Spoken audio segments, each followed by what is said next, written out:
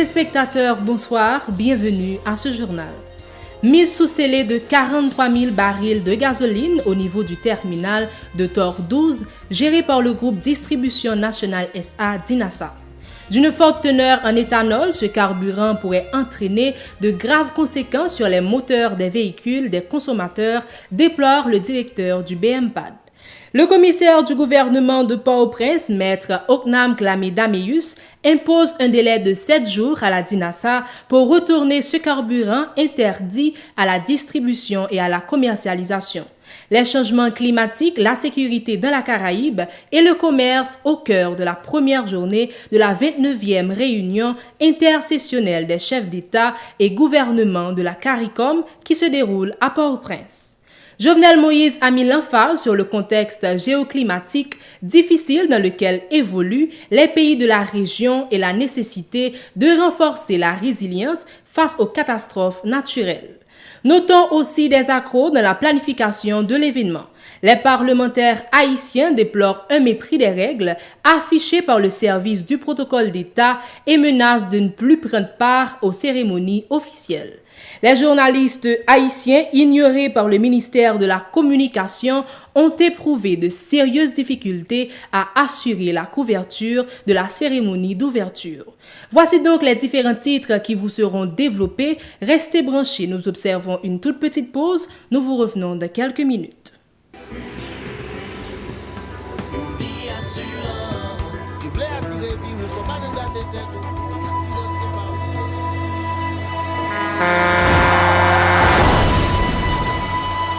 En général, moun pa reme pran assurance. Yo considéré que son l'argent rejeté.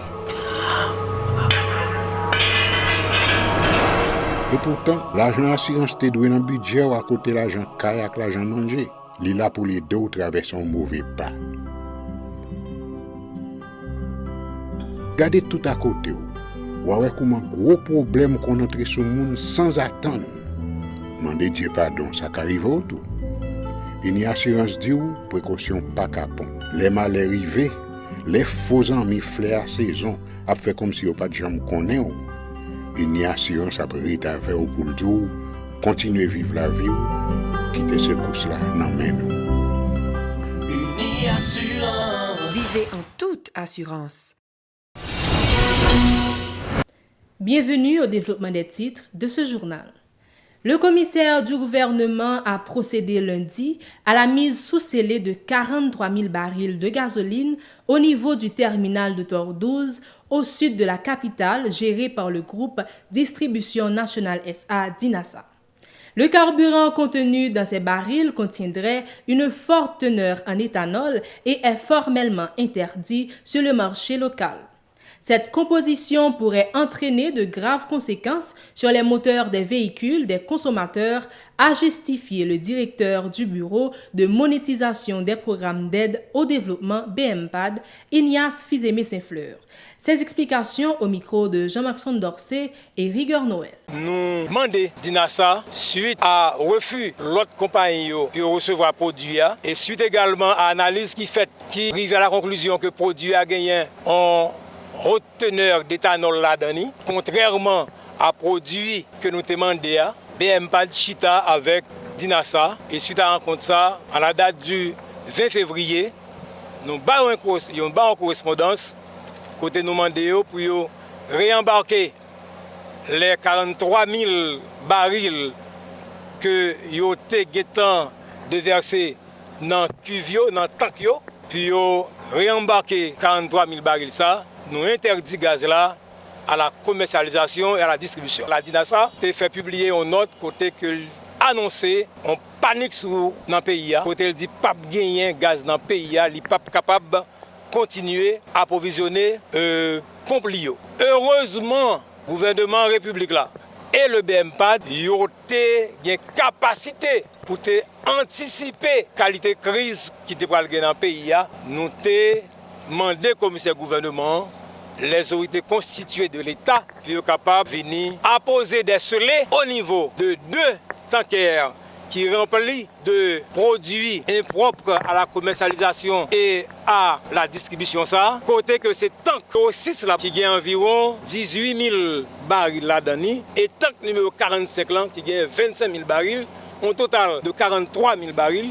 25 000 plus 18 000 permettent finalement que nous éviter à payer les déboires que malheureuses pour le connaître dans l'utilisation d'un produit qui est impropre à la commercialisation. Le commissaire du gouvernement de Port-au-Prince, maître Oknam Klamé Dameus, impose un délai de 7 jours aux importateurs de ce carburant, la DINASA, pour retourner ce produit interdit à la distribution et à la commercialisation. En cas de refus d'obtempérer à cette mesure judiciaire, maître Dameus prévient que ces importateurs seront sanctionnés. Ces explications. Encore DINASA jusqu'au 5 mars pour gaz ça, pour le réembarquer et pour quitter le pays. Donc c'est dans le délai ça que nous baillons là, injonction ça que nous faisons. D'abord nous rassurer nous gaz là pas commercialisé et deuxièmement nous baillons un délai, nous faisons injonction à DINASA pour gaz ça quitter le pays et nous baillons jusqu'au 5 mars et passer ce délai, moun qui responsable là l'a gagné contre Aran. Et moi dis que en tant que garant de l'ordre public, l'État au plus haut niveau et via la personne du commissaire du gouvernement qui a une responsabilité dans garant l'ordre public pays pour nous dire faut que tout le monde en sécurité. Pour eux en sécurité, il faut que le gaz là pas commercialisé. Et pour ne pas commercialiser, il faut rassurer nous que les gens pas retirer gaz ça pour la mélanger à l'autre gaz qui fait jodia moins présent et moins déjà by charge émission à monsieur Franz Loko qui gagne pour gagner clé sur les anameni côté que sous surveillance gaz ça pas déplacer et aussi jusqu'au 5 mars que yo gagné pour gaz la réembarquer et quitter pays. C'est ce mardi 27 février que s'achèvera la 29e réunion intersessionnelle des chefs d'État et gouvernement de la Caraïbe, hébergée par Haïti, qui assure la présidence tournante de la CARICOM. 14 délégations des membres de la CARICOM, 3 États membres associés et 10 chefs d'État participent à ce sommet ouvert officiellement lundi par le président de la République, Jovenel Moïse. Dans son discours de circonstance, le chef de l'État haïtien a mis l'emphase sur le contexte pédoclimatique difficile dans lequel évoluent les pays de la région. Jovenel Moïse a aussi insisté sur la nécessité de mettre en place des mécanismes pouvant renforcer la résilience face aux catastrophes naturelles.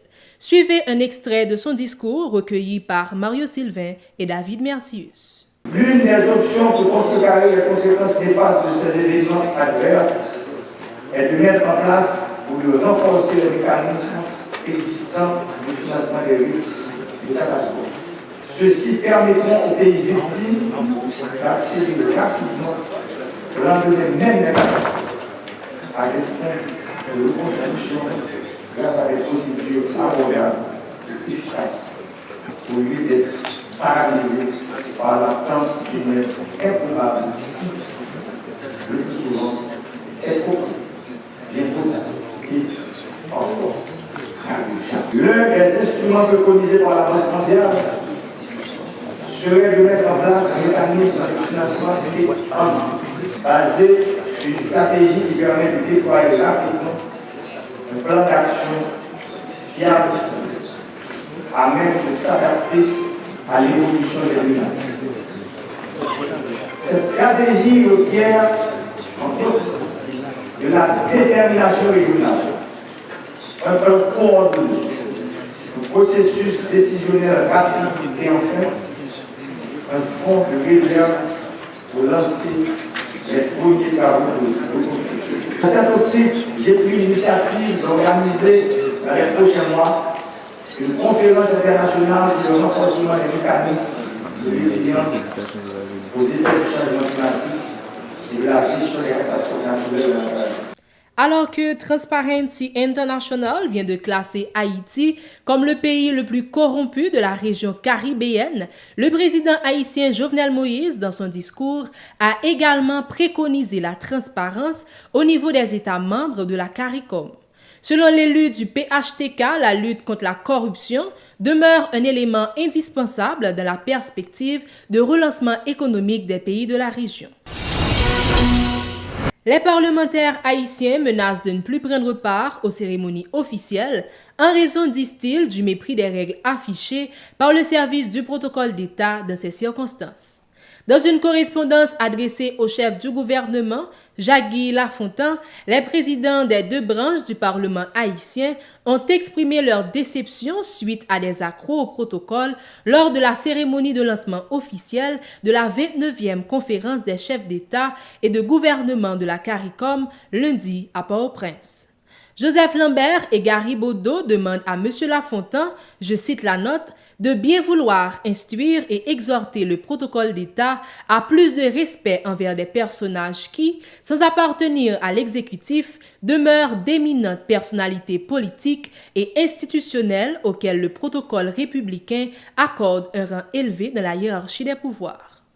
Une autre fausse note à souligner dans l'organisation de cette première journée de la conférence de la CARICOM, c'est le problème d'accès des journalistes haïtiens à la cérémonie d'ouverture pour en assurer la couverture.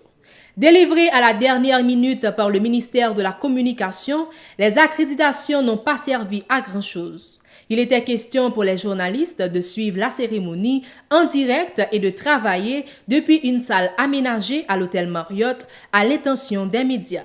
Mais, techniquement inappropriée, cette salle des médias a rapidement été vidée des journalistes qui voulaient respecter les consignes établies par les organisateurs. Bloqués à l'extérieur, ces journalistes haïtiens qui ont éprouvé des difficultés à travailler ont exprimé leur indignation et leur frustration sur plusieurs groupes WhatsApp dont ils sont membres et ont appelé le ministère de la Communication à rectifier le tir. En marge de la conférence, la première dame de la République d'Haïti a accompagné des épouses de chefs d'État et de gouvernement de la CARICOM pour une visite à l'école privée Excelsior dans la commune de Delma. L'objectif, initier les très jeunes écoliers à la pratique de la lecture. Les premières ont pour l'occasion distribué des ouvrages littéraires et se sont aussi prêtées à des séances de lecture pour les élèves des sections de garderie et préscolaires. Suivez les explications de Martine Moïse, recueillies par Jean-Marc Dorsey et Rigueur Noël. C'est encourager tout le monde. Prends un livre, nous lis, parce que c'est dans ça que nous sommes capables de former tête. Parce que l'organe de société, ils ont un décrescendo, c'est parce que tu ne peux presque pas lire encore. Donc, je m'encourage, pendant que je essayé de faire ça beaucoup plus souvent, pour me dépasser dans l'autre école, faire des ateliers de lecture avec Timounio. Pour moi, si jeune Timoun pour lire, tu peux reprendre le livre. Parce que dans le livre, on a besoin en pile, sans besoin pour former comme monde. Merci. C'est important pour Dieu de mettre ça dans l'école et surtout le mal dans l'école, on ne peut pas regarder quel type de bibliothèque tu as gagné. Parce que dans l'école, je connais que bah, un petit faible, il n'y a pas de bibliothèque. Et garder dans mesure pas comment tu as aidé si il n'y a pas de bibliothèque dans l'école, le bibliothèque a gagné pour que les gens même soient capables toujours entraîner la lecture et puis arrêter dans ce service. La directrice pédagogique du collège Excelsior, Karine Emmanuel Sanon, a salué cette visite des premières dames qui, à son avis, encouragera aussi les éducateurs dans le cadre de leur travail. On l'écoute. En fait, nous-mêmes dans le collège Excelsior, nous comptons un pile d'initiatives qui inscrivent vraiment dans la ligne de ça nous prenons l'école. Nous connaissons que la lecture est très importante. En fait, on petit monde qui pas développé habilité de base en lecture, sont petit monde qui voué à échouer. Donc nous remercions en pile première dame nous remercions pays membres CARICOM également pour l'initiative ça et nous espérons que c'est un signe que nous voulons que Haïti ouvert sur le monde. Téléspectateurs, merci d'avoir suivi ce journal. Restez branchés la Télé Pacifique pour la suite de la programmation.